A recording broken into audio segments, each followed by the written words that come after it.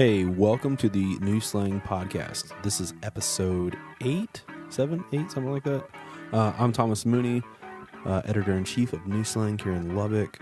This week we have two amazing, great guests on the podcast. It's going to be William Clark Green and BJ Barham of American Aquarium. A few Fridays back when Will had his big old street show thing, we were able to pull them both aside for, I don't know, about an hour or so and have this long conversation about music. And I don't know, like we go into some baseball and some, not baseball, we go into some basketball and some football stuff, college sports. It was a really enjoyable conversation. There may be a little bit of like background noise because we were doing it in the pool room at Blue Light while everyone was setting up stuff, and there's a little bit of, you know, people going through. I don't think it's too bad. It wasn't too distracting when we were doing it. So, but I mean, every once in a while you may hear something. So yeah, this week's episode is brought to you by the Blue Light here in Lubbock. They have a great lineup of music this week. You know, on Thursday, it's going to be Derek Bowl. He's going to be playing full band. He's one of these new guys who has really started playing music. Got to start up like on Monday nights and been playing up there for, you know, literally every Monday, working on his craft. So he's got his band together, and you know they play some. It's I guess a little bit of Texas soul. It has like a little bit of a pop influence though too. It's really good stuff. Friday is going to be John Bauman. Yeah, we had him on the podcast a few weeks ago, or I don't know, not a few weeks ago, maybe like 2 months ago. Yeah, he's coming back to Lubbock. He's always a great person to see live because, well, every time you see him, he improves, you know. And it may just be little tiny steps, but like every damn time, I swear he gets better. And then on Saturday, it's going to be No Dry County and Chance Anderson Band. They are going on this massive tour during the summer, and I guess they went on their little first leg last week, and that was up into Kansas and shit. So this week, a little bit closer to home, they'll be playing Blue Light. James Cook is going to be coming to town, and he'll be playing as well.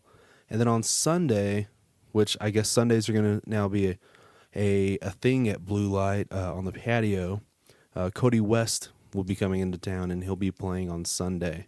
On Sundays, that's going to be like just your, like I said, on the patio, cheap beer, cheap, I don't know, shots, all that kind of stuff. So, yeah, anyways, we'll go ahead and get on to this episode because it's a very long conversation with Will and BJ. And here it is. I really don't even do intros on here, so let's just start talking. Okay. First off, thank you guys for both, you know, it's been a busy-ass day, schedule-wise, coming in here. So, you know, one of the things I've thought about you guys, both of you as a songwriter and Will as a songwriter, if you guys had grown up in the opposite areas, you guys would have probably still came out the same way, if that makes sense. Had you small town, you know. It's yeah, like if you had started your songwriting career in Lubbock, I think you would kind of be like Will, and Will would be kind of like you, vice versa, in a lot of ways. I don't know.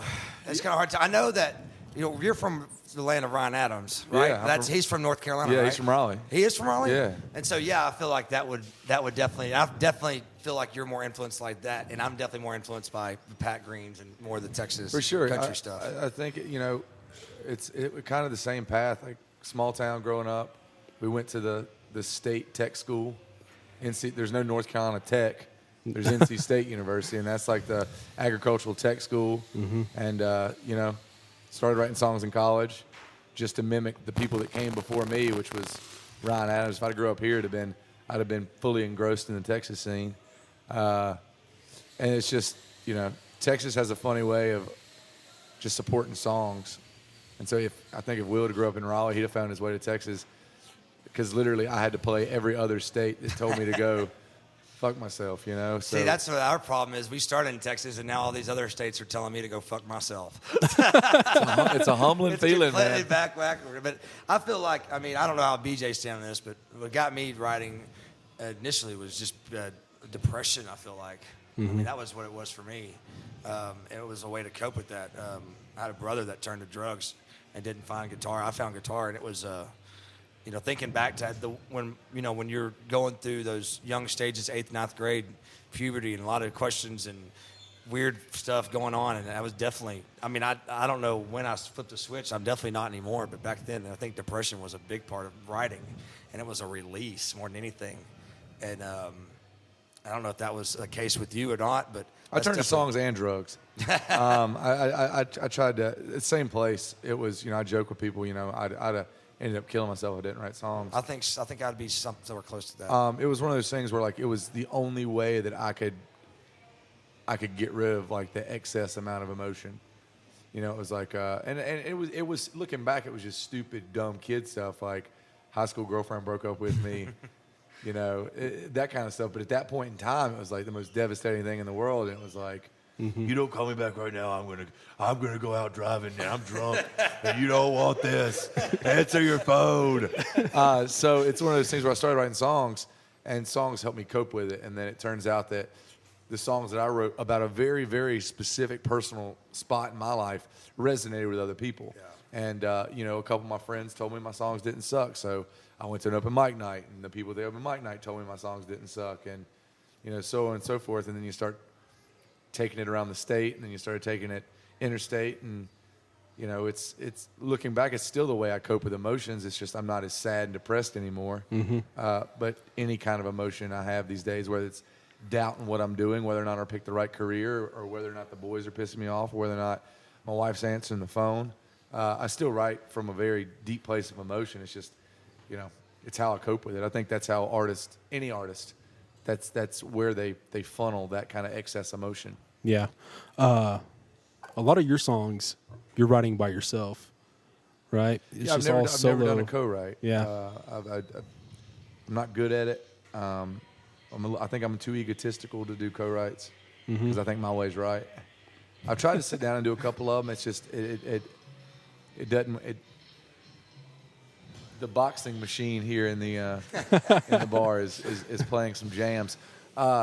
It's one of those things where I've tried a couple times. Me and Evan Felker from Turnpike, we write in a very similar style from a very similar place, and me and him tried to sit down, and it was just we ended up just shooting the shit instead of writing songs. Yeah. But everybody's got a different process. And, for me, it's just I have to be alone. I have to be me and a guitar and a notepad. And there's nothing wrong with that. Do you? Yeah. 100%. Do you think it's because you said a little egotistical? Is it because you think like you maybe are not able to get your ideas, that pureness of whatever you're looking for? Okay, I'm going or you're scared really maybe? heady here for a second and talk. I'm not a religious person at all. But songwriting is the closest thing to a spiritual anything that I've ever felt. And I know this is going to sound super, I promise I'm not high right now. For me, songwriting is like, it comes from another place. Like the songs that I wrote, like I look back on them and like, there's no way that I did that by myself. It's one of those things where I'm lucky enough. I think that like the muse, it operates on a different reality for me. And songs come from a very, very holy spiritual place.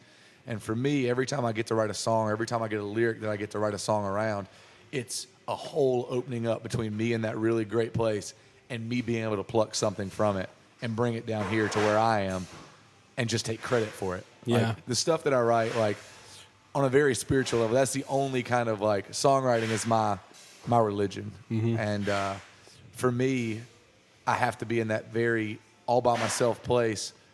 We all have those moments where you come up with a great idea or a great line or a great thought, and then you don't write it down and you forget about it. It's, for me, that's another reality trying to give you something and you not being able to accept it. So I think the more you sit down, the more you open yourself up to being able to receive an idea, a thought, a song, the more you're blessed with it, And for me, I try to sit down at least a couple hours a day and just kind of open up that portal. And some days nothing comes, and some days just straight gold comes. And for me, that's why I do it. I love that feeling, and it's otherworldly. And I know that sounds like super heady, but no, I mean, what I'm just thinking of like what Robert Plant said about Stairway to Heaven, where he Yeah. was like, my hand wasn't like I wasn't controlling my hand, like it was moving by itself. People writing ask me, down like, all where the- does this song come from? I was like, I was the medium, between something really cool and what got on paper. Yeah. I caught something. It's the same way, everybody goes fishing. Some people catch gigantic fish and some people can't catch fish at all. Luckily for me, I've been at the right place, right time, and caught a couple cool fish. Yeah. But Will, on the other hand, you're able to, like some of your bigger songs, the last two albums have been co-writes. Yeah. Thinking like Rose Queen with Kenneth, and obviously Ringling Road. I mean, BJ, definitely took the words out of my mouth. I mean, it's definitely feel the same about feeling lucky and fortunate enough to. It's definitely look back and go, that's not something that I would think of, or how did I do that? But yeah, definitely the co-writing thing. I was definitely more writing on my own was the thing, and I had some good friends that really encouraged me to get out and write with other people. And that Kenneth Wright was kind of one of the first ones that I was kind of breaking in when we came up with Rose Queen. And I jumped into it more, and on Ringling Road, I jumped into it a lot. And then now I'm like, I've done a couple of writing trips, and I'm just so tired of trying to write this radio. I just want to go back. So I'm definitely settling down for more of that, picking and choosing who I would like to write with, which seems less and less. Now, that Ringling Road I feel like was the height of that, and I'm definitely getting back to some different things. I'm not opposed to co-writing. I think anytime you can juggle words or get an idea from another person, it can be beneficial, or a song can be worse off or better off. I have no idea. Yeah. There's no way to tell, Yeah. You don't have both to choose from. So, but man, talking about, he just reminded me of like so many things that I've talked about in the past, and songwriting for me was this thing that I was mediocre at everything in life. Baseball, I was always the worst player on the all-star team. Always good enough to make the all-star team, but the worst player on the all-star team. Soccer, same way. School, C student. And so when I got to Lubbock and we started writing songs, I'll never forget. I was playing at this recovery room here in town for 3 years. I did that, 18 to 21. And I'll never forget, I went back home, and my best friend's dad, who kicked me out of his house hundreds of times as a kid, no bullshit between us. He could tell me to fuck off, and I'm like, don't take offense to it. He's like my dad, And we were sitting at the barn, me and his son were playing guitar, and he goes, why don't you play something you wrote? And I played a song, and after I finished, he goes, well, I'll be damned. You are good at something. And that was the first time I was like, holy shit. I'd never heard that before. And you always hear the backhanded compliments from your parents, like, oh, good game or whatever. But you know you're the worst player on the team or whatever. Or, and like, oh, I know you studied really hard for that test, and we'll get them next time, and you still make a C. But it was the first time I was like, someone was like, dude, that's good. And it was genuine, And I think that's what made me pursue it so much, and so adamantly and relentlessly, and being poor for so long, and because it was this one thing that, man, I'm good at this, and not tooting my own horn, but the compliments seem genuine, and you still get backhanded compliments every now and then. You're good for a Lubbock songwriter. Say what? You're good for a Lubbock songwriter. I'll take something like that. Yeah, but that's something both of you guys have, as bands, have paid your dues, like probably way more than you'd wished or hoped for. But I think it's made both of y'all as a band, as sure. the hardworking, the worker there's mentality. So many bands that get the rocket ship to the top early on. They're the ones that come down pretty quick. That's not reality, though. It's not reality. There's no, like in any business you start, in any job you do, we all know what happens when you take the easy way. Yeah. The easy way is easy, but the hard way always pays off. Yeah. And me and the boys have been doing it for 10 years now. And, we have a fully functioning thing. We've never signed to a record label. We own 100% of every single thing we've ever put out. We did it the hard way. And I tell people, I do a lot of these interviews, and they're like, what's the one piece of advice you can give to a kid starting out? I was like, don't take shortcuts. Are you willing to give up everything you love for 10 years? No? it's nothing wrong with working at a bank. Go work at a bank or something. But if you want to be a songwriter, be ready to like 10 years. lose relationships. Be ready to live in poverty. Be able to ruin your credit and still wake up every day and be like, I'll just get another credit card. That's the kind of thing. It's like me and the boys. It took us eight and a half years before anything clicked. Burn Flicker Die was the record that kind of blew up for us. That was 2012. Yeah. I remember it. So that was the first time anybody really outside the state of North Carolina wrote anything nice about us. Yeah. Well, I remember you talking about how that was going to be the last record. Yeah, because we were sick and tired of sleeping on floors and not making money. We would go out, and I don't know how – the boys are saints. I don't know how I kept the same band for as long as I did. Because we would go out for 2-month tours, and I'd turn around at the end of a 2-month tour and hand them all $50. Because that was what it was. It was the rule since day one is whatever we make on the road, we split down the middle 6 ways. And when there wasn't much to split, at the end of they got paid the same exact as I did. But I think that was a cool thing because they knew that he's doing it for the love of the songs, and we're doing it for the love of the songs.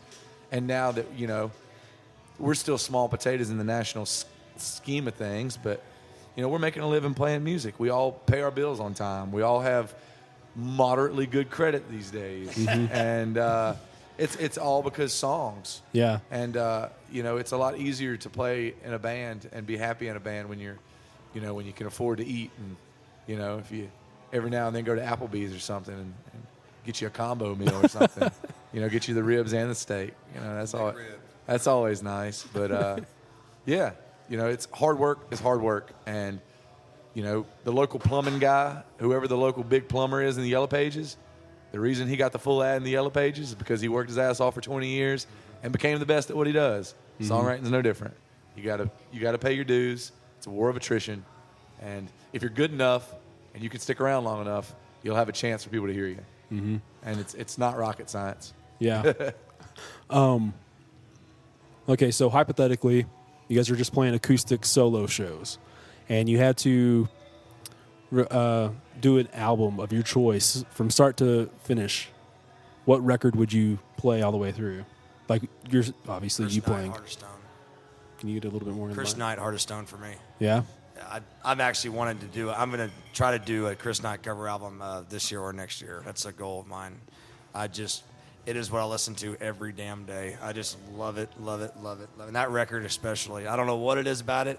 I don't think it's his best record, but it just, man, it's the record for you. Good old boy stuff. I love it. I don't know if you ever got a chance to listen to that record, but man, it's so good. So good. Anything coming to mind? There's a lot of stuff. The first thing that made me realize that I could write songs, no matter where you're from, because for a long time, writing songs I thought was just some rock and roll shit, man. I thought you had to be like this next level leather pants, long hair. Yeah, like it wasn't even attainable. Yeah, I didn't think writing songs. You got to think.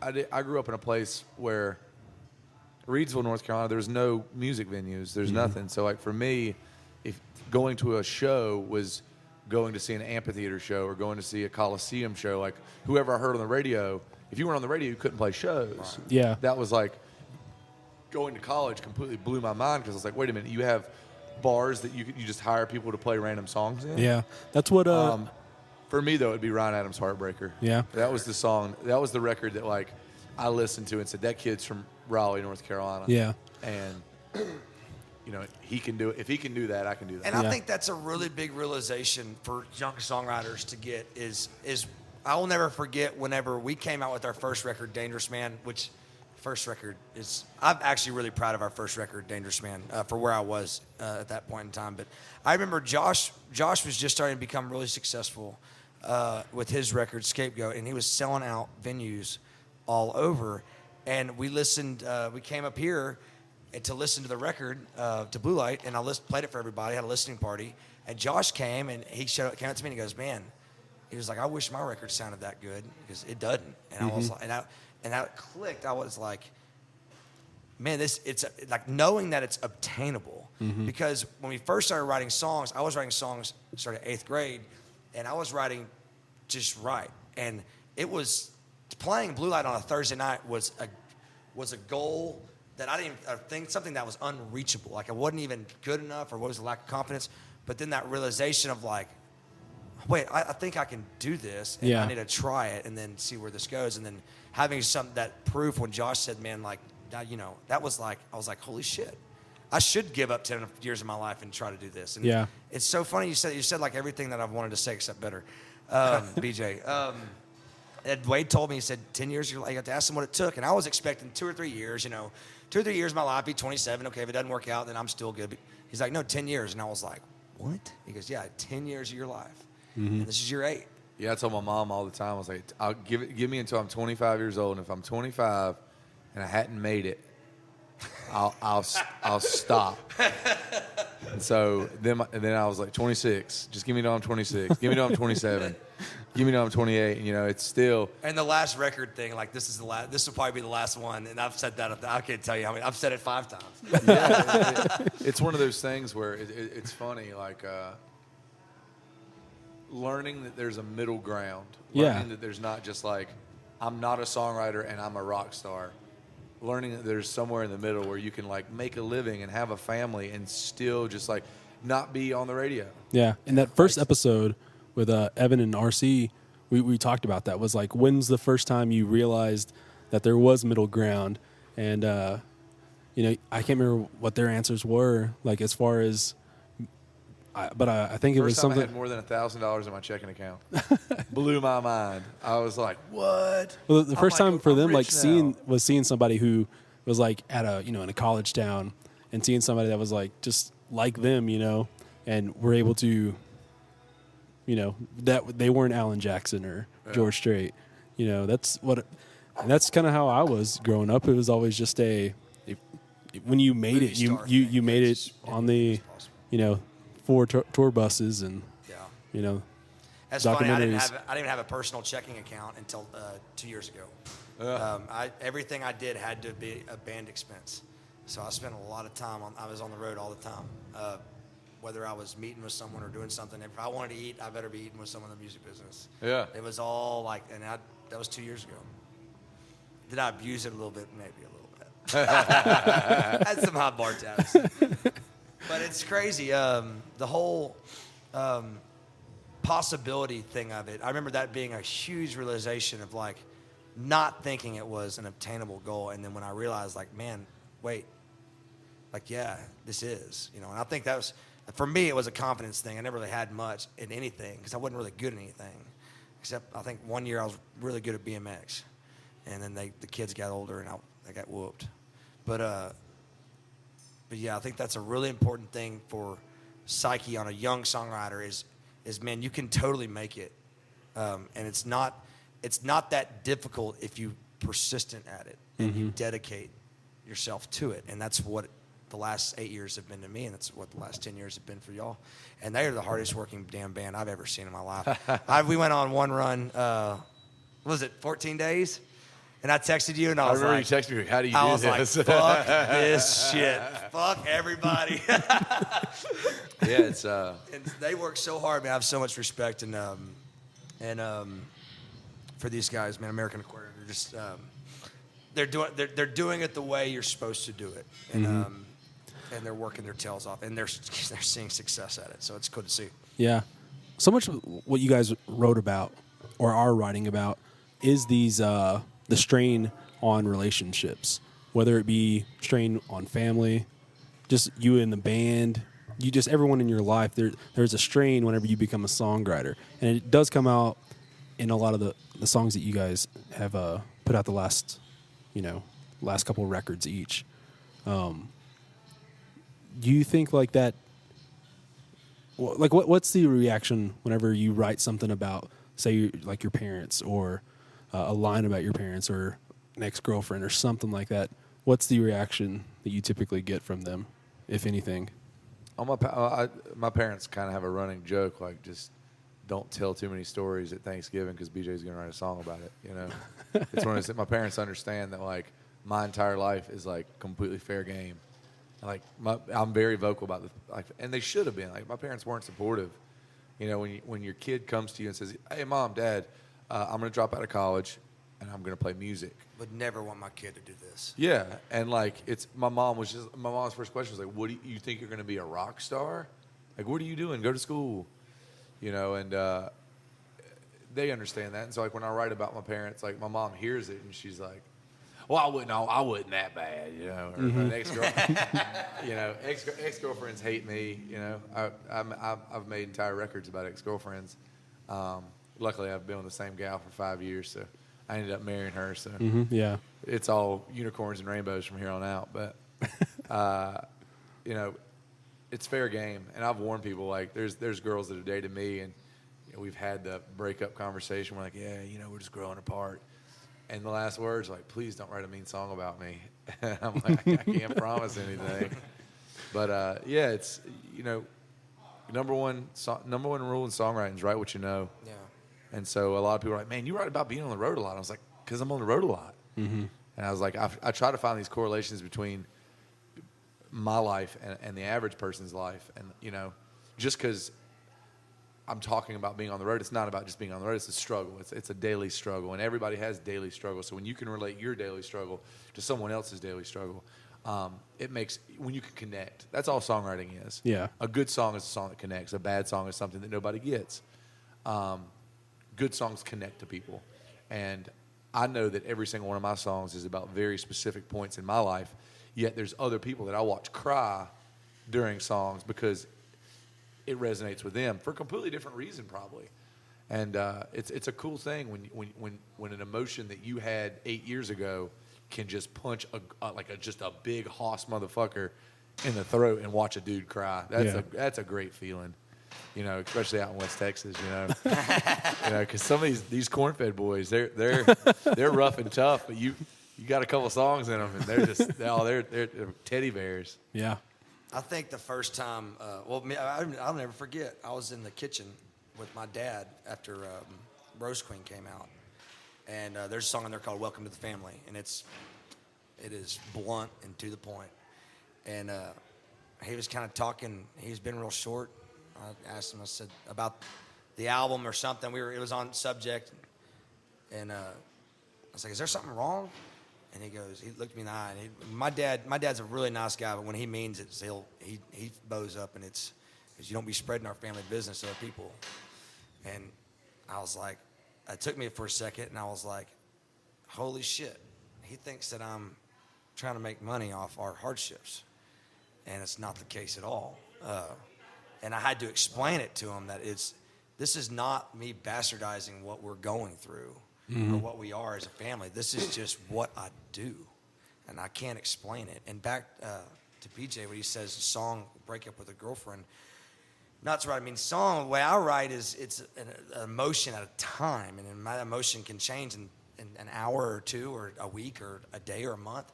And sometimes when stuff happens like that, it comes out as hate. And now whether you want to admit it or not, it is. Mm-hmm. And it's absolute raw fucking fuck you, you know? And that's where I get the best songs, is when I get that fuck this, fuck you. And then 30 minutes later I might be fine, you know, or I might have a completely different opinion about it. But a song is the way you feel, an emotion that you feel, and it's not necessarily infinite.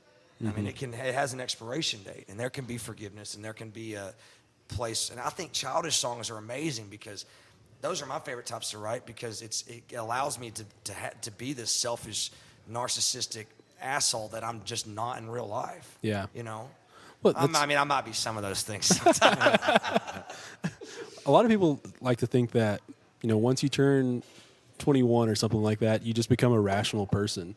And you know, rational? Yeah, like just rational, just mature on every subject. And oh man, I mean, like I'm almost 32, and I'm still not a rational. I mean, but you know what I'm saying, though, right? Like a lot of people, I think they just feel like once they turn a certain age, everyone's the same. Everyone's kind of the same, and it's like, well, no, like it's not the case at all. Saying, yeah, that's so these. I didn't really find out who I was as a human being until I was about 27, I think. Really finding out, and the road taught me so many lessons and learned them the hard way, and didn't learn any of them, but finding myself out as a human being, 27 was when I sat back and go, okay, I know where my values are, I've been around people who have different values than me, and I still have the same values. I'm not going to preach it on anybody or whatever, but I know who I am as a human being. I know what I stand for, and I know what I stand against. That happened 27, and then now it's maintaining that has been difficult at times, but also I know what to come back to. You know, I know where I am at my best, and so I know there's a line that if I cross it, I know to get back across that damn line. You know, stay there for a little while. Yeah. But you venture out every once in a while. Yeah.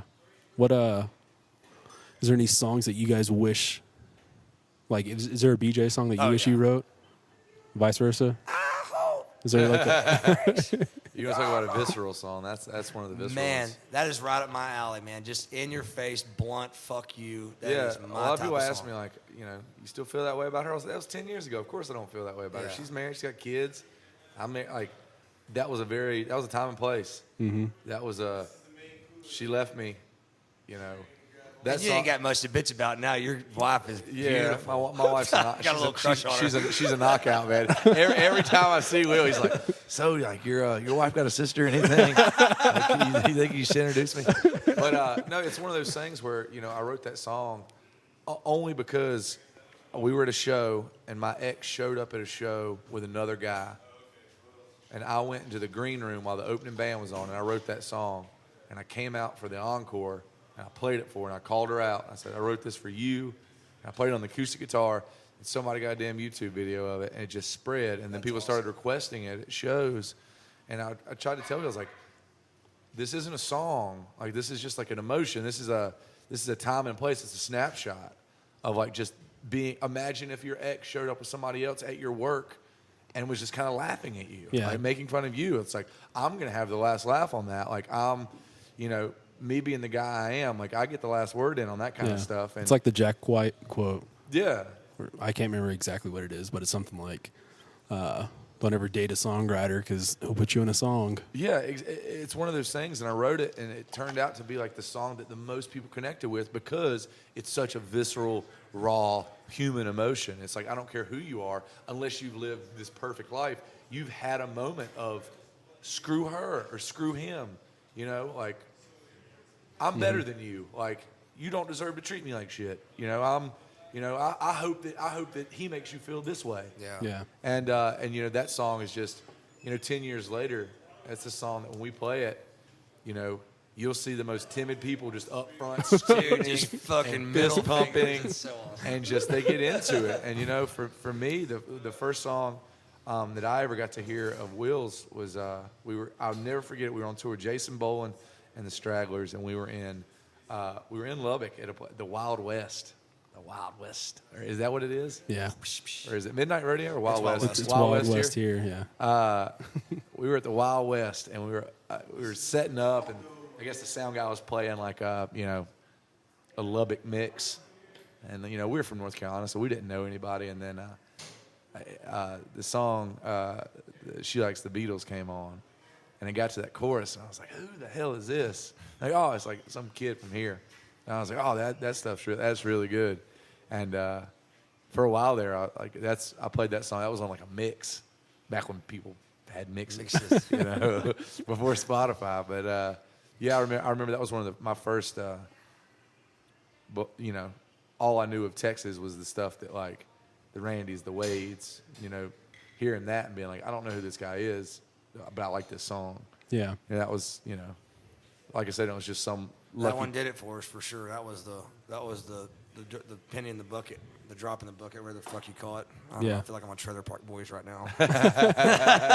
Water under the fridge. Yeah, it's one of those songs. That's a great song, and it's one of those things where like you go to a show and artists like me and Will, like the more we do this, the bigger the crowds get. You can tell the songs that resonate the most because it's the song that gets sung back at the highest volume. You know, it's you know, correct me if I'm wrong. Every time I've seen you guys, that's the song that everybody screams back. And Ringling Road, which is crazy because that was a song, that was an experiment. Mm-hmm. And I still don't know if it's the greatest song I've ever written or the dumbest piece of shit song I've ever written. I have no clue. But when we came out with that, I was like, this might be a career ender. I don't know. See, it was just something we wanted to do, and it was just, I can't even believe they played on the damn radio. And we played one show, and they started doing the Lot Dot Dotties, and I was like, I remember turning around, I was like, what the fuck? Yeah. Like looking at my band, and they was like, we don't know. Yeah. It's not the worst song you've written, and it's not the best song, but it's the song It's that unique, I guess. that came at the right time. Yeah. In radio and just in general. BJ's new record, I've listened to multiple times down at my ranch in Beaumont. I remember when it came out, I was at my ranch in Beaumont, and some really, really deep stuff on there. It took a while to digest some of it too, to really understand what the actual. It takes me. It's weird for me. It's a song as a songwriter. You'd think I would understand songs extremely well up front, but I'm definitely a melody type of person when I listen to a song, and I kind of have to hum it, and then I'm like there's songs that I listen to that I don't even know the words to, and then one day I'm driving and I hear the word and I'm like, holy shit, you know. So I'm digesting a lot of that record, and there's some just. You're a very blunt writer like me, Very much so, yeah. and that's why I love so much. That's why I like your stuff a lot. Is because it's very, very blunt. But then it's like someone told me this a long time ago. I forgot who it was, but good songwriters spend their life making complicated things extremely simple and simple things extremely complicated. And I feel like simple things very complicated is what you get when we listen to the American Aquarium record. I haven't broken into your acoustic record yet, but I'm very much looking forward to that too. So, right up my alley kind of stuff. Yeah. Well, we're coming in on about 33 minutes here. So, Already? Yeah. So if you guys are good to go, or if you want to stick around, I know you want to. Oh, I'm good. Whatever's good, man. Well, let's continue talking if you want. Yeah, I'm okay with it. This is the man with the crazy schedule today. Okay. Well, Actually, this is my greatest part of today. I don't know if he's got to go to Interesting like a used car questions. dealership and like. I love interesting questions. interesting questions. So, what can we expect from the show tonight? Yeah. Fucking know. Well, okay. So at the We're gonna very, play the songs and hopefully people are there. Really hoping people show up. I want to talk about. If they do, it's going to be great. If they don't, I'm going to be a little on edge. I want to talk about just the, you went to Tech. For a long time. You went to. I'm assuming you're an NC State fan. Is that where you? Kid, yeah. How long did you go to school? Well, okay. Well, 3 that's 3 years. Made Did it you to- get close to a degree? Made it to my junior year and yeah, Did you ever think about going back? not at all. Because if I ever thought about going back, I felt like I would give up on it. Yeah. I My- had to give myself absolutely no other option. My tour manager has 3 hours left to graduate, and it fucking bothers me so fucking much. I'm just like, and we talk about the band all the time. How can you not just do it? I'll gladly pay There's for got it. to be an online course. I mean, I think no, the- it's an upper elective. It's The- nothing. It's like you can do it in 2. the first time I met him, he brought that up. Say what? The first time I met him, he brought that up. Oh, really? About being like 3 hours short or something. I'm like, oh, come on. It just drives me crazy. You got to finish that up, man. Okay, drives but me crazy. what I want to talk about is like in both states, that's the little brother kind of university. Oh yeah, you talking about like Yeah. UT and UNC? Yeah. Yeah. Well, there's definitely a Is there little some- dog, big bite attitude in Lubbock. I'm For sure sure. that's the same in We're Raleigh. lovable losers, man. Yeah. We're the Redhead stepchild. we call. I'm sure you guys have the same. We call them Walmart Carolina fans. Like NC State fans Yeah. get their shirts at the school store when they graduate, and Carolina Right. fans get their shirt at Walmart. Yeah, same with It's easy to grow up and pull for the winter. Everybody wants to go to school the next day, and It's hard to be a Tech fan. yeah, It it's is. hard to be an NC State fan. You guys think our last championship in any major sport was 1983, the year before I was born. So in my lifetime, I've never seen I've always seen mediocre teams. Yeah. But you got to think like football is big in Texas, basketball is big in North Carolina. So for NC State to ever have a good year, they have to have a better year than Carolina and Duke. Which for both of those schools to have an off year is impossible. Yeah. So it's one of those things in my lifetime, especially in my lifetime since Coach K's been there. Duke and Carolina have been just this like monolithic programs. And as a State fan, the highlight of your year is just beating one of those teams. Yeah. The year that you can beat Duke, the year you can beat Carolina. Hell, last year we beat Duke and Carolina twice and Duke once. That's chalk that up. And we went to Sweet 16, beat Duke and Carolina. Yeah. I'm never going to see another year like that. That's Yeah. a great year for us. Well, that's what I hate about, honestly, being a Tech fan in football is anytime we beat like Oklahoma or Texas, those fans go, oh, you guys act like you won the national championship. And it's like, That's all we got, well, man. Just let us fucking have this one. I mean, I get what you're saying, but you don't have to be so spiteful about it. Oh, man, You know. there's so much. The only people I take shit from are people that actually graduated from Carolina. Yeah. If they graduate from Carolina, I tip of the hat, man. Like, that's your team. But, like, you know, the Walmart Carolina fans, man. There are definitely people that take it extremely too serious, like life ruin. You know, if we lose a game, and it's like it's fun, and Yeah. it's the one thing that bugs the hell out of me about college football, which is really the only sport that I keep up with. Is I'm a Tech fan. Religiously, I keep up with. But man, they just don't give head coaches. I don't even know why we're talking about, but they don't give head coaches the chance. They don't give them 4 years. They need 6 years minimum. I feel like. The thing to turn is, a though, program too, around. is It's like- just bullshit. How much fans just turn them away. Yeah. Not even give them a shot. It's the universities not giving the coaches enough time, but also at the same time, Fan bases force them out too. no, I was gonna say though, if like a coach is on the rise, he'll just leave a program. Yeah. Like Tubby just left.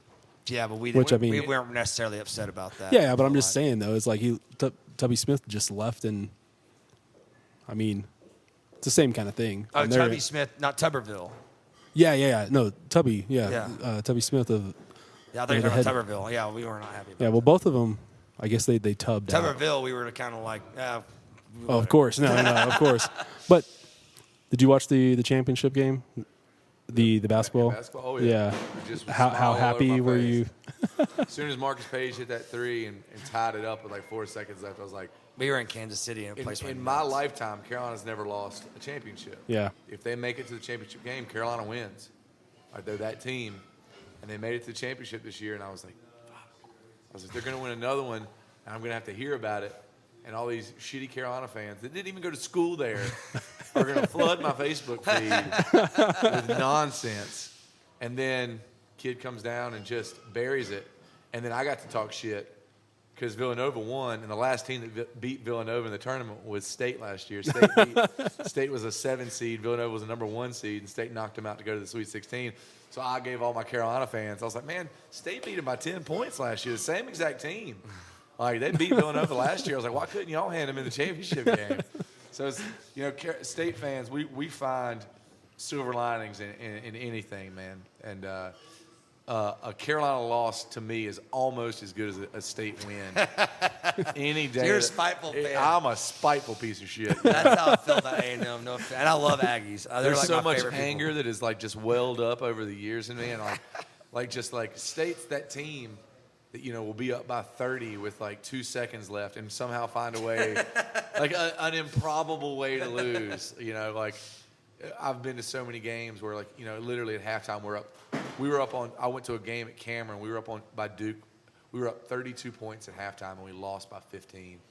Like in basketball, like that shouldn't happen. You should be able to at least hold the ball for 20 seconds each possession. And The shot clock is not nearly long enough to. But State finds ways of giving games away, and like one day something's going to happen where our luck changes, and like one day we're going to be on the benefiting side of like a meltdown. But the thing is, at State, it's like don't ever post anything on social media until the clock reads 0-0. Yeah.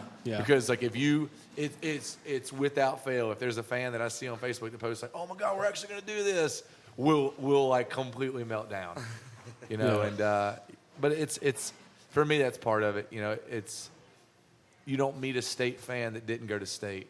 You know, and I'm sure you don't meet too many Tech fans that didn't go to Tech or live in Lubbock, because, you know, if you didn't go to college, everybody wants to pull for a winner so that you can go to work and sit by the water cooler and wear your shirt and say, "Hey man, did y'all see that game this weekend? My team won that I have absolutely no affiliation with. I like them."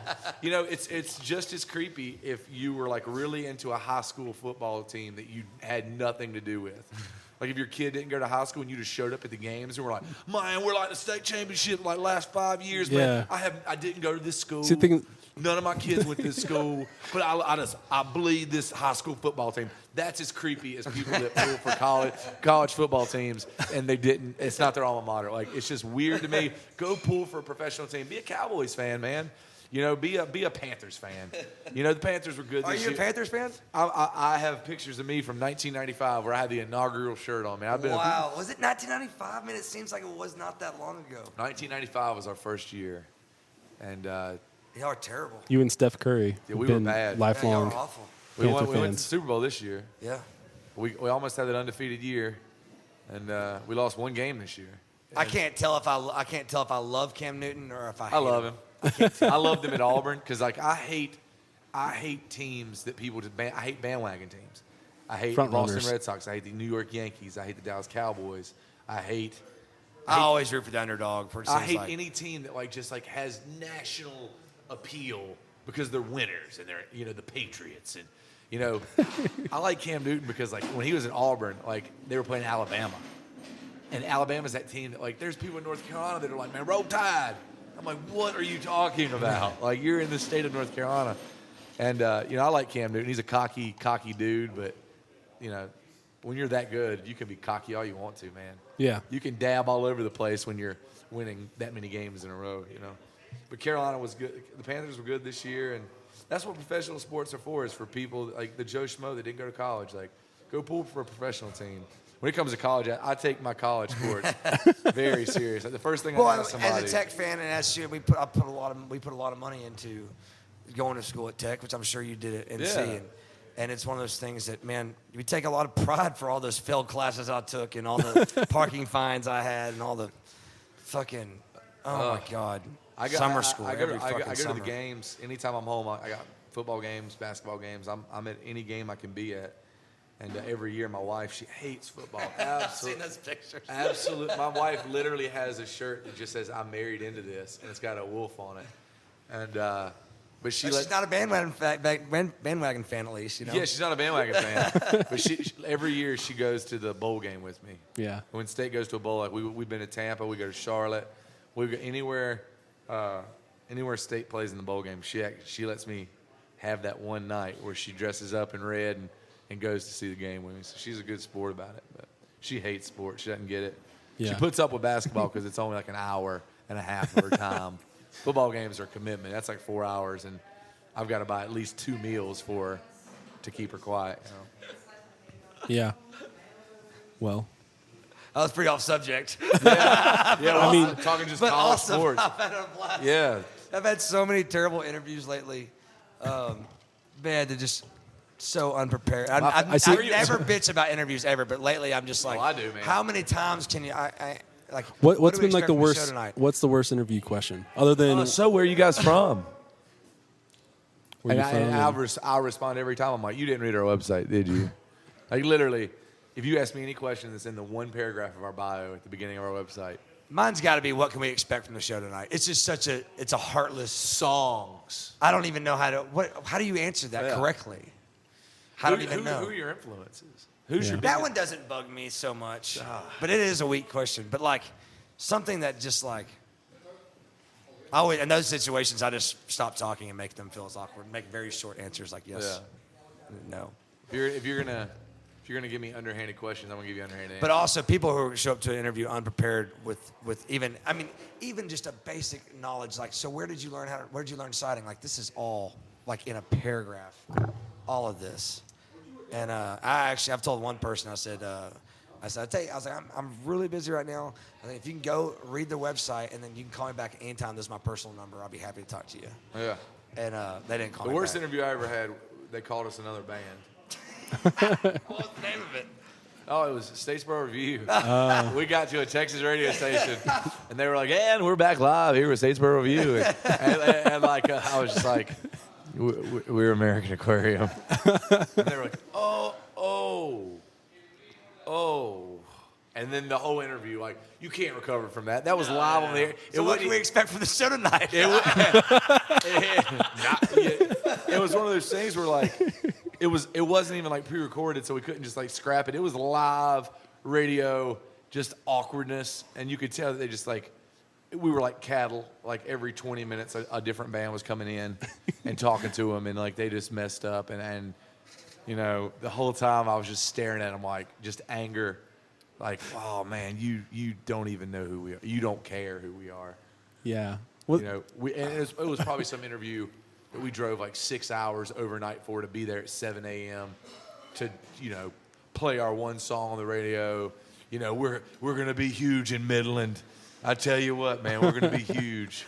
But, yeah. Midland. Interviews where they ask me questions where I actually have to think. Yeah, I like questions. Nice. I like your questions that require some kind of. I mean, I've had interviews with guys, old school guys that have lasted 4 hours. I mean, just because I just love talking about that kind of stuff. But the redundancy of some of those questions are just something that makes you think. That's something different. Something like, oh, okay, yeah, I never thought of it that way. Or like even just listen to BJ's answers, and I'm like, man, yeah, that's exactly where I'm at on that. You know, that's cool. I could do this all night. I'm sure y'all don't want to listen to me all night. What's like the last song you guys have been working on? Not even finished. Last song? Yeah, like literally the last thing that you are writing on. What's it about? Mine's called The Machine. It's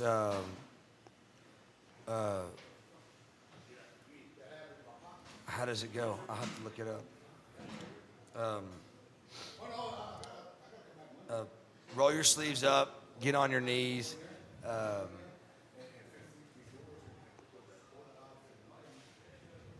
I don't care about your songs, do as I please. Roll your sleeves up. Get up and sing. Yes, you tried something, you can't beat the machine, or something like that. It's about the music business, pretty much. Yeah. Something like that. But I wrote it in my sleep, actually. Woke up and went and wrote it down. Grabbed a guitar and Jerry Seinfeld moment. yeah, kind of one of those deals. Just the chorus, and the melody. But I don't know if it's any good or not. We'll see. I'm really bad about when I finish writing a record. I take like 6 months off, get away from. I carry a notebook around with me. And I write down ideas and stuff, but I just finished a solo record. Yeah. So I banged out like. Is that just acoustic, by the way? Is it just you and your guitar, It's a band. It's not the band. It's not American Aquarium. It's a really small band. The rule was if you could plug it in, I don't want it on the record. So it's all acoustic guitars. Yeah, cool. Like standard banjos, bass. accordions, upright bass. Really laid back. Yeah. It's an acoustic record, yeah. but it's got it's got arrangement. But I wrote that, and that came quick. I wrote that whole record in less than 2 weeks. And so, like, it just kind of, I'm a perfectionist when it comes to songs. So, like, I've never written a song that I haven't recorded. I don't have, like, Extra outtakes. Yeah. You know, some bands go into a studio and record, like, 20 songs. And come up with, pick Dylan. 10. It's like, I go into a studio, and if I record Yeah. 12, You don't have any songs that you have written and haven't recorded? never. Wow. Just, I've recorded everything. That's cool. That's I've really cool. recorded everything I've ever written. And, don't get me wrong, I'm not proud of everything. Yeah. There's a reason some people. Was this solo record some of the stuff that you had missed on previous records, or? There's a couple songs That's from cool. old records that I felt like were good songs that just didn't get a fair shake.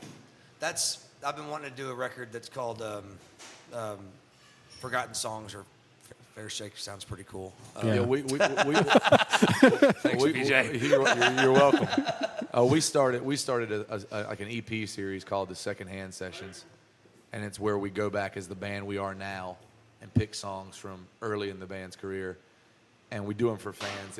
Like the last one was like a 3-song thing, and we just sent it out to our email list. Mm-hmm. And it was like, thank y'all for following us, and here's what these songs would sound like if this band currently, where we're at all in our lives now, recorded this song. Yeah. And so, we've got Secondhand Sessions, Volume 1, 2, 3, all that good stuff.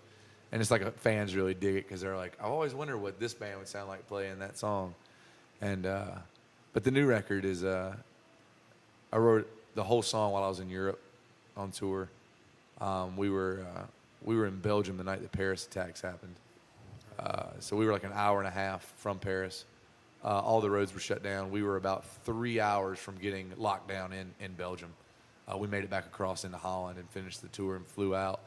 But, I sat down the night after that and wrote 4 songs off the record, just like a fear of like, what if I never get to, you never think about stupid shit happening in music venues. That's like a hallowed place, like people can go and like, you don't bring like crazy shit from the real world into a music venue. You just come to let loose. And it was very eye-opening for me. And it was like, what if I never get to say things to my friends and my family and my future children? What if I never get to say any of that kind of stuff to them? And so I sat down and just like the whole concept of home became very, very much more important to me than like just saying like, you know, this is my town. Yeah. You know, it was very much like, you know, I want to write about like what I miss and what I love about small towns, and you know, it gave me a chance to really write a lot of fictional narrative, and you know, a lot of shit poured out that I've never written a record like this before, and so I wrote it, and then I took it to the band, and I was like, man, this isn't an American Aquarium thing, and so they were like, you know, the boys were like, you should put it out yourself, you know, if you like the songs. So I took everything I wrote over there, and I added a couple songs from old records, the first 2 records the band recorded that nobody remembers, and you know, put a record out, and comes out August 19th. Super proud of it. Yeah. How long did you work on recording it? We recorded it in 2 days. Yeah. So the whole thing was cut live. There's like I'm sure you knew exactly who was going to play on it. oh, I knew exactly. Like, Cool. I went and got some of my favorite players in Raleigh. We all had coffee one day, and just I played them the songs acoustic. We came in the studio in 2 days, knocked it out. Everything you hear is done 100% live, no vocal comps, nothing. Everything was recorded straight live. Yeah. It's fun to look at the Pro Tools sessions, and there's no breaks at all. It's just all just one continuous recording, and recorded it in 2 days, mixed it in 1 day, mastered it in 1 day. So we started recording on a Monday. By Friday evening, I had a finished record that was mastered. Yeah. And that was like the coolest way to make a record, because we've done records where, you know, Wolves took us 3 weeks in the studio, and then a week of mixing, and then a week of mastering, and you know, sending in, and I like this, I like that. We wanted to catch something that was like, we wanted to catch like a human experience, and that's what this record is for me. Is like, you listen to it and you're like, damn, that's just a really good band sitting in a circle playing songs together, and that's exactly what we wanted. Was everybody mic'd up, or did you do like a center mic, or? We did.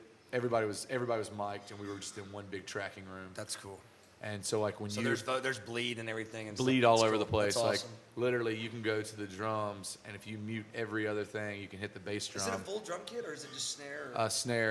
Kick? Snare, hat, kick. Perfect. I take it back. Yeah, snare, hat, kick. There's not one cymbal on the entire record. That's awesome. So, unless you count hat, but like no like Yeah. rock wash.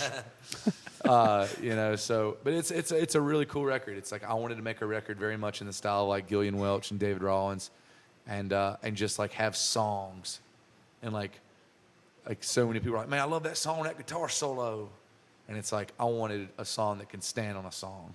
I didn't want there to be a guitar solo. I didn't want there to be. I wanted when people talk about this record, good or bad, they talk about the songs. Yeah. And they talk about the lyrics. And we mixed it. The vocals are out front, you know, and it really just straightforward arrangements. Like, I'm super proud of it. And it's just, it goes to talk about, you know, it speaks so highly, like what happens when you put just talented dudes in a room with a song that, you know, a good song and a talented bunch of dudes, you can catch something really cool. Yeah. So that comes out August 19th, and I'll be doing a nationwide tour on that. And The old 97s, right? I'm doing the old 97s tour in May, so it's kind of like a Pre-run to that. pre-run, just kind of like, hey, there's a record coming out in a couple months. But Are you doing that with the band? I feel like I'm interviewing you now. Oh no, no! It's I'm really just, interested in just this. me solo. I'm out for a month solo with the old 97s and Heartless Bastards, and yeah, just me and an acoustic guitar. And Would you do anything like that? That was my dream band. Was the exact thing when we started the band in college. That was exactly the band I wanted. Was no electrical input, stand up bass, kick, snare, hi hat, no cymbals. If it was electric, I didn't want it. And that was the whole idea for the first record. The problem was the age I was at, and it just was a lot easier to have electric stuff on there at the time, because it's difficult to find players who actually can pull that shit off, because it is not easy to do a record like that. it's a lot harder to play simple. It is really hard. And he was on the verge of saying something that I live by, is when we go in the studio with the band, we have a rule, and it's the lyrics are the most important part of the song. We're not going to do anything to this song It does not enhance the lyrics. If it does not enhance the lyrics and the emotion that the song is bringing, then I don't want it on the record. Yeah. And so simplicity is a good thing. It ain't about how fast you can play. I mean, everybody can play a Led Zeppelin or ZZ Top lick or a Van Halen lick or whatever. How many fast you can do it or whatever. But the hardest thing to do is what Ryan Adams does so fucking well is, I love being able to cuss, is Well, we can't cuss on here. tonically, is that tonically, tonically? Tonally, thank you. He can make a song. He can add more feeling to a song just by a guitar tone, or a drum tone, or a bass tone, or a vocal tone, or a vocal effect. I mean, everything he does, and it's not complicated stuff. The riffs he's playing on guitar, he's not a fantastic. It's not about what you play; it's about what you don't play. Exactly, and it's the emotion you get off it, and the mistakes are even beautiful. Oh yeah. You know, him playing a harmonica is one of the prettiest things. We were in Nashville doing our record, and we did a song, Finalist Time. And there's a harmonica part on there, and we hired this Billy Badass to come in and do this harmonica part. And Rachel, he played the harmonica part, and she was like, "Can you play shittier than that?" And he was like, "I don't know what you mean. I can't do that. I cannot do that." We're like, "We just don't want it to be good." And he was like, well, I can't. We don't want it to sound like Blues Travelers. We want it to sound like, we want it to sound raw and real and heart. We want to hear heart in it and not. Keep removing notes until you still have a song, and that's. And so Brian Keane ended up doing the harmonica part because he didn't really know what he was doing, and he just killed it. And it was awesome. Really. But that's happened a few times in the studio where we have a pro guy come in like a stand-up bass, something the band is not familiar with playing. If a song really needs stand-up bass, we've had that a couple times, and we had this bassist come in the studio, and Rachel had done just a stand-up bass part just as filler to kind of get the song going in the studio, and he was going to come back and overdub the bass line. And he came in there, and we were all like, "Rachel, we like yours better." And she was like refusing. I was like, "No, we all accept that it's what we want, you know." Yeah. And she was like bullheaded about it, like it's not good enough. But I was like, "No, it's perfect. It's right where it needs to be. We don't want it to be nice but now I'm just rambling." No. Would you, okay, how long have, for y'all's first record, how long was the first record from start to finish as far as when you press record? You'd have to ask Alan Carlson. He produced it. I want to say it was. What record did you do with Andy? No, I'm sorry. Yeah, that was Andy. Okay. That's what I meant to say. Andy Wilkinson, not Alan. But Alan was there, engineered it, but Andy produced it. I'd say 6 months. Yeah. Maybe, yeah. It's $5,000. I remember $5,000 loan. And that was 2007 when we took that loan out, and I didn't pay it off till 2012, probably. Our first record was Antique Hearts. We recorded it in 2 days in Charlotte in somebody's garage. Cut it live. It's shitty. Is it still for sale? Oh, 100%. Yeah. A lot of bands take away their early stuff because they're like, man, it's not. I'm the same way. I say put the growth out there, man. Yeah, man, it's part of like it. if you listen to Wolves and you listen to Antique Hearts, like there's nothing more I'm proud of than that evolution. Yeah. You know, it's like if you just take away all the bad stuff, like you're selling something to people that's not real. Yeah. It's like we've always been this good of a band. Well, then also you take away the fan who goes, "Oh, I like their old stuff a whole lot better." Oh yeah. You know, you take that There's away still from fans them. of ours that come to our shows and like, no, you're never going to make a record as good as your first one. And I look at them and like, even though I completely disagree, I'm like, well, thank you. Yeah, because it sounds like a backhanded compliment, but it's a overwhelming. Like, you know, I'm sure you have the same favorite record of Ryan Adams. You know, It's one of the things where I think where fans, just the average person, you don't have, you know, the entire day to invest in listening to music the way, like maybe if you're a journalist or something. So you fall in love with a certain record and then you just kind of like stay in that time period. You know what I mean? Records are very much like time and place for me. Like, there's records that like I loved when I was 18 years old. That like I would argue with anybody. This is the greatest record of all time. Mm-hmm. And then I go back and listen to it, and I'm just like, man, it's a pretty shitty record. But at that time, I thought it was the greatest thing in the world. And like, you never know, like when people like time and place thing, man. Like, the first record could have got somebody through a really bad breakup, or it could have got somebody through some really tough shit. And it's not just about how it sounds or how the guitar sounds or anything that we look at as musicians. it could just be like, man, that got me through some really tough shit, and that's why that's my favorite record. Kent Finley has a quote that follows it up perfectly. He said, you can put all the production in the world on a shitty song, and at the end of the day, it's still a shitty song. And you can put the shittiest production on a great song, and at the end of the day, it's still a great song. Yeah. And that speaks true to. I mean, when it hits you emotionally, you don't give a fuck what key it's in or what the drum tones sound like. You don't care if it's triggered or fucking got electronics or a fucking kazoo solo or whatever. It doesn't matter. It's just however it affects you. And Chris Knight has been, throughout stages of my life, his first record was my favorite for years. And then Jealous Kind was my favorite for years. And then now it's Hard Candy is my favorite for years. Guy Clark, same thing.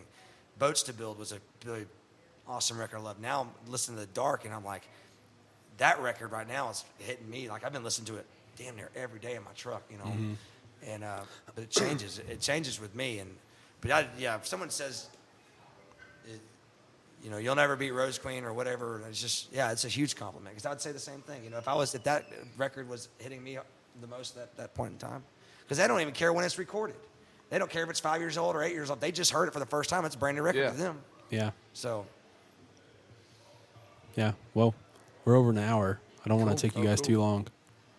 So we'll go ahead and stop. Thank you guys so much for talking. Edit that together where it all sounds coherent and it sounds like we know we're